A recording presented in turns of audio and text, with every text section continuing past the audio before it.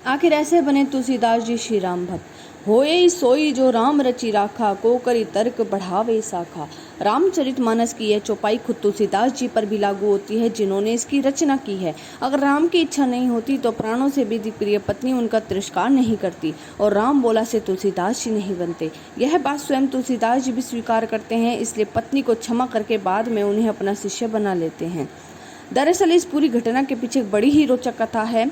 एक बार इनकी पत्नी मायके आई तो कुछ समय बाद ये बेचैन हो उठे और पत्नी से मिलने चल पड़े। रास्ते में तेज बरसात होने लगी, फिर भी इनके कदम नहीं रुके और लगातार चलते हुए नदी तट पर पहुंच गए। सामने उफनती हुई नदी थी, लेकिन मिलन की ऐसी दीवानगी छाई हुई थी कि नदी में बहकर आती लाश को पकड़कर नदी पार कर गए। देर रात जब पत्नी के घर पहुंचे तो सभी लोग सो चुके थे।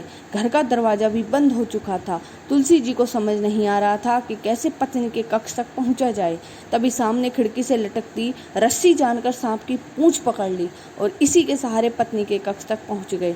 पत्नी ने जब राम बोला को विक्षिप्त हालत में अपने पास आया देखा तो अनादर करते हुए कहा कि अस्थि चर्ममय देह तासो ऐसी प्रीति, नेकू जो होती राम से तो काहे भवभीत। यानी इस हार मास के देह से इतना प्रेम, अगर इतना प्रेम राम से होता तो जीवन सुधर जाता। पत्नी का इतना कहना था कि राम बोला का अंतर्मन जग उठा और वह एक पल भी वहां रुके बिना राम की तलाश में चल दिए और राम से ऐसी प्रीति लगी कि जहाँ भी राम कथा होती है वह राम के साथ तुलसीदास जी का नाम भी लिया जाता है। आपको हमारी जानकारी कैसी लगी? अगर हमारी जानकारी आपको अच्छी लगी तो हमारे चैनल को सब्सक्राइब करिए,